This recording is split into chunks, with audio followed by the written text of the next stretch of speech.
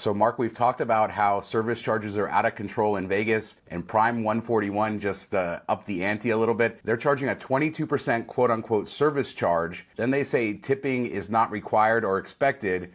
But they kind of use a language that makes you think that the service charge actually goes towards tipping the servers and stuff, but it doesn't, although they say it's going for livable wages and health benefits. What do you say? Yeah, I mean, it all depends. Like, it looks bad. It looks terrible. It all depends how it plays out. Like, if they're paying these people $15, $20 an hour and giving them health insurance, and they're like, you don't really need the tip. Like, there are some restaurants that do that, say, don't tip us, we pay everybody well. You know, that's one thing, but if they're just doing this and taking the money and then hoping people still tip and paying them, you know, $6 an hour or whatever, then it's pretty terrible. And like we've said before, just put it in the price. Just increase the price of everything 22%. This is just going to upset people. Even if it is best intentions and you are paying people well, they're just going to read this and get annoyed. Just make your whatever you're selling 22% more and nobody will complain. Yeah, I think that's what this is about, right? Keeping their menu prices lower. I travel a lot and I love the fact that in other countries you just pay a price and everybody, you don't have to tip and it's done. But that's not what it's like in the US. So I feel like in some ways this is taking tips away from their servers and their staff. And it's worded very strangely where you actually think that this is an auto tip when it's not. It's just going straight to the owner's pockets for them to do with what they want. And I don't really like that, especially with culture in the U.S. I wish we would get rid of tipping culture and just price everything baked in, but that's not the way it is. No, you know. So what's going to happen is servers are going to make less and not get tipped at all because people are going to assume this is the tip. And I don't know. It's just a mess. It's stupid. They'll probably take it off the menu in like 3 weeks. Watch. All right, Mark, we have a lot of big projects opening in Las Vegas this year, and Fontainebleau is one of them. And they released a new sizzle Trigger wheel. alert! Trigger alert! Yes, I'm not saying it the French way. No, that's okay. So just because I knew we were going to be talking about this, and I went back and I watched, like, every news station says Fontainebleau, and the only thing Fontainebleau is for the French. You know, there's a city called Fontaine, so that's what everybody assumes. It's Fountain. Call Miami. Don't comment below and say we're saying it wrong. Okay. I've said my piece. Yeah, it's the name of a place, not the French word. All right, people are tired of us complaining about that, but I'm sure some people will still say we're saying it wrong. Yep. But they released a new sizzle reel, which is kind of interesting. Doesn't show a whole lot that's new, and you know, we showed that one picture of the inside. That's about the only look we have of like a finished product there. But I walked around there recently, and it's looking great. I mean, the outside is starting to come together. That Fontainebleau sign that faces the convention center, it lights up at night. It looks absolutely wonderful. So I'm excited for this property. I love the blue color paint on the outside, on the building, you know, on the strip frontage. And did you see that video of the construction workers out on the strip doing it? It looked like the Seven Dwarfs. What is up with that? Like, do they not have pulleys and levers anymore or ropes? They're just like handing it up like a human wall. It's so bizarre. It looked like a lot of fun, so I don't know. It looks like they're having a good time there. But, you know, walking around there the other day when I went to Circus and I was staying at the Wynn, it just looked great. I mean, it looks like a very nice property, and it's nice to see that come together.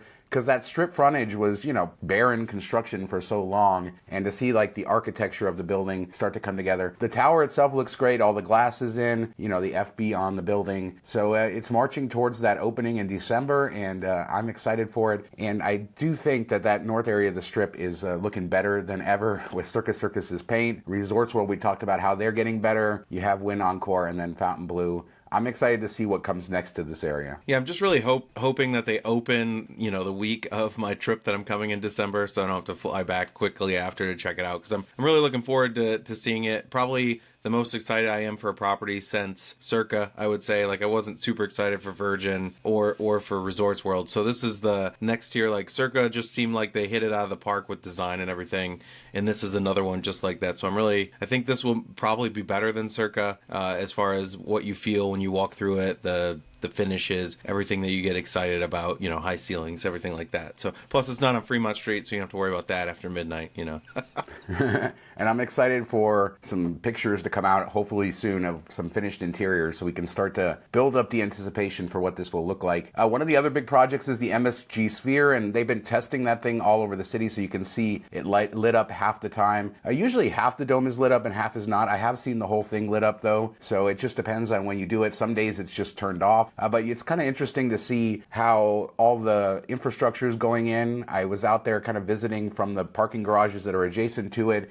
All the like ticket concourses, all of that stuff is going in. The pedestrian walkway connecting it to the Venetian, it looks like it's pretty much finished. So they're finishing touches on it.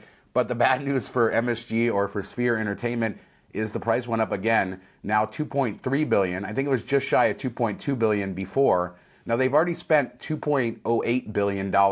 They've already spent that. So the good news is they're close enough that they're going to finish this thing. But yeah, the price keeps going up, and every time it's like $100 million here, $200 million there. I think it was just over $1 billion when they announced it. I was gonna say, what was it, like 1.1 billion or something was the expected cost? And I love how they always put in there like in Venetian Sands paid 56 million or whatever. It's such a small amount compared to what it, what it ended up costing. Funny thing is, like, I went to Guardians 3 with my son this past weekend, and there was the Dune 2 trailer, and I was all excited about it. Like I said, it looked really great, and somebody on Twitter asked, would you see it in the Sphere? And I said, well, for $200 I could rent out a whole theater at AMC, so I'd probably just go there. I don't know. This is exciting. I'm sorry that it cost them this much money. It'll probably lead them into bankruptcy, but it's exciting that we got this venue. The MGM Sphere coming to you soon. Yeah, so if it was 1.1 billion when they announced it, just think about it. In just a few years, the price doubled. And there's just no way that they accounted for that when they, figured out what the economics of this were when they built it. But, U2's tickets have sold well. Who knows how the movie. Yeah, but they don't get any of that money. U2 gets all the money. It's stupid. Yeah, but again, this was their loss leader, right? To get all the other artists to come and do other shows. So I think it'll be successful. It's just a matter of the economics working. And the Venetian, I think, did give the land for it, in addition to that small amount of money, like $65 million or something, that they've contributed to construction. And it is attached to the Venetian, so technically part of that resort. What's the over-under if we get another increase in cost before this thing opens? Yeah, I definitely think it's going to end up being, like 2.5 by the time it's all said and done. They're going to get inspections, final inspections. Things are going to be wrong. They're going to have to spend money, fix stuff. There's always unexpected costs at the end. So 2.5. There we go. There's the over-under. Let's set it there. Let us know what you guys think. What's your final price estimate in the comments? Let us know. So Four Seasons is coming to Henderson, and not the hotel, but residential towers. They're building these towers up in McDonald Highlands, which is a beautiful master plan community out in Henderson, one of the top exclusive communities in the Las Vegas area. I think the most expensive house ever to sell in Las Vegas sold there. It's this big white mansion up on the hill, but it's going to open in 2026. 2 residential towers, 171 high-rise residences with 6 standalone villas. More of these high-end things coming, but this is a beautiful community, and I have a family member that lives there, spent quite a lot of time up there. Very nice. I mean, you got to have a place for all the Californians to go live, right? When they move over. But no, it looks amazing. From what I can tell, it looks like it's snug up against the edge of the valley. So I don't think there's going to be much of anything behind it, if anything at all. So you get kind of that seclusion. The views, at least in the mock-ups, look amazing. And at night, I'm sure, like having a drink on your outdoor patio space overlooking, the Vegas Strip, all lit up, would be really, really cool. So if I had the money, I'd definitely be checking it out if I wanted to live in Vegas. And it looks amazing. Four Seasons, big name. It's going to feel like a resort, which is kind of cool when you go, have all the amenities there for you. So I'm sure the HOA is going to be like $10,000 a month. It's going to be a lot. But the views from up there are great. And yeah, the mountains are right behind this community, or it's built into the mountains. I hope they bought the air rights in front of the building, because if anybody builds in front of them, people are going to be super mad. Yeah, I'm sure they did. So did you see the rendering of the Hawaiian Marketplace replacement? Vital Vegas tweeted this. I guess it's from the construction mall, but this is going to be the mall that replaces the old Hawaiian Marketplace, which was a kind of a shopping center that always was like, I don't know, not very nice. It had a mix of things come and go. It wasn't the greatest place in the world. This new one looks a lot nicer, and it fits in a lot better in that area across from City Center, across from Cosmo, and next to where Tillman Fertitta will eventually build his, Cosmo clone casino that we've talked about. Yeah, I mean, the renderings look amazing. One thing we always joke about is what do we need in Vegas? More signs and more shopping. So we're hitting the shopping, but it looks really cool. It definitely fits in with that cityscape center area, the city center design and all that. And I like that the second floor is open air, which is really cool. You know, I'm sure there'll be some rooftop bar action going on there, which is big in my world, in my life. So I'm glad to see that. But I think it'll fit a lot better. It'll be a lot nicer and bring more restaurants and stuff to check out. Yeah, the rooftop bar thing seems to be catching on in Vegas finally. And, you know, Brewdog opened that really beautiful rooftop bar. And it does seem like more of these new venues are getting those. And you're absolutely right. It looks like these kind of garden open areas on the upper level, which looks great. And especially in that area of the Strip, we'll have some great views, and it's a good idea. So this is a big improvement. Can't wait to see if Tillman Fertitta eventually gets started on that casino. But that area is also getting a huge amount of redevelopment, and it's already so great with City Center, Cosmo right there, and everything else. So looking good there. So Tom Brady may be a Raiders owner soon. I kind of predicted this, although it wasn't like this was a big leap when he took ownership or part ownership of the WNBA Aces, also owned by Mark Davis, the Raiders owner. And now he's apparently in discussions to become a passive owner of the Raiders, meaning that he won't have an active role, so it won't affect his contract with Fox. They're paying him, what, like $375 million for 10 years to be a commentator, something insane. He doesn't have enough money. Yeah, exactly. But apparently he's in discussions. This is just rumors, so nothing confirmed yet. A couple years ago, right, didn't the Miami Dolphins get in trouble for having discussions with him about becoming a passive owner while he was still a player, and they lost a draft pick? Yeah, and I mean, that actually made more sense to me because Stephen Ross, the owner of the Dolphins, is a Michigan grad. Tom Brady went to Michigan, so they had that tie-in, and I think he's friends with one of the minority owners of the Dolphins too. So this whole Davis thing just seems weird because I never knew them to like be friendly or anything, and he buys into the WNBA, now the NFL. So it just seems like a weird partnership type of thing. I don't know why Davis would sell a chunk of his team. He's old, he's got a lot of money, he doesn't need it. So maybe just the cachet of having Tom Brady attached to you. But we do know that the Tuck rule happened against the Raiders, and that kind of set off Tom Brady's career. So we've come full circle, and he's back with the Raiders. Yeah, it's strange. You would think Tom Brady could partner with any team in the league. Anybody would sell him a few percent of their team just or to Tampa have him Bay. attached. Yeah, exactly. Or, well, anybody but the Patriots. I don't think he can go there. Yeah, that's true. Robert Kraft isn't selling. But, apparently he must have a good relationship. There was a reason he bought into the WNBA team, and I feel like that was just a precursor to him trying to partner more fully. Maybe he likes the Las Vegas market, who knows? But good for the Las Vegas Raiders if they can have his name attached to the team, even if he's in a passive role. So I hate to talk about this, but we have to just for a minute to update on the Ballpark fiasco. We got a lot of hate in the last video, a lot of love, whatever. People saying we don't understand how business works, so we don't understand how financing works. A lot of people agree with us, so we're not going to debate the comments, but a lot of interesting comments there. The Tropicana did release a FAQ about this, and they did finally come to an agreement with the A's and announce that publicly. So under that, the A's are basically getting the land for free if this does happen, and GLPI, the owner of the land, will be putting some money forward to do improvements. Bally's will be building a new casino that will be Bally's branded, and the time frame for the Tropicana to close will be 18 to 24 months from now. Again, if they can get that public financing bill passed in the legislature. The first version of the FAQ had a lot more information on it, and then Bally's, replied to, I think, Vital Vegas on Twitter with a new version of the FAQ that was very much pared down. You could tell the lawyers had gone through it very carefully, but basically, Bally's is going to build a new casino. Tropicana will be open for 18 to 24 months, and if you work there, you're probably going to be out of a job. If I had... That's pretty much what they said, and then they backed off of it, but kind of expected, and then they'll get special consideration if they apply at the new place, but I'm sure they'll find a different job, hopefully a better job if that does happen. But, the Tropicana sign coming to Neon Boneyard soon, so we can go check it out at the museum. Yeah, it's sad. They already have an old Tropicana sign there, but it's sad to see this property go. I totally understand why it will have to, and again, like I said on the A's show, or the last show that we did, Tropicana was going away either way in its current form, and it was always going to be rebranded to Bally's, even if they didn't tear down the entire building, whatever they were going to do, it wasn't going to remain as it is. And, those bungalows at Tropicana are the oldest buildings on the Strip as far as hotel buildings. There might be an older one-off building somewhere, but the original Flamingo buildings all gone, all the other old bungalow buildings gone, so I think those date back to the early 1960s. Somebody can correct me if I'm wrong, but they are the oldest hotel rooms in the Strip area, and so that's a piece of history going away there. We also learned the A's ballpark has now been downsized to about 30,000 seats from 35,000 seats,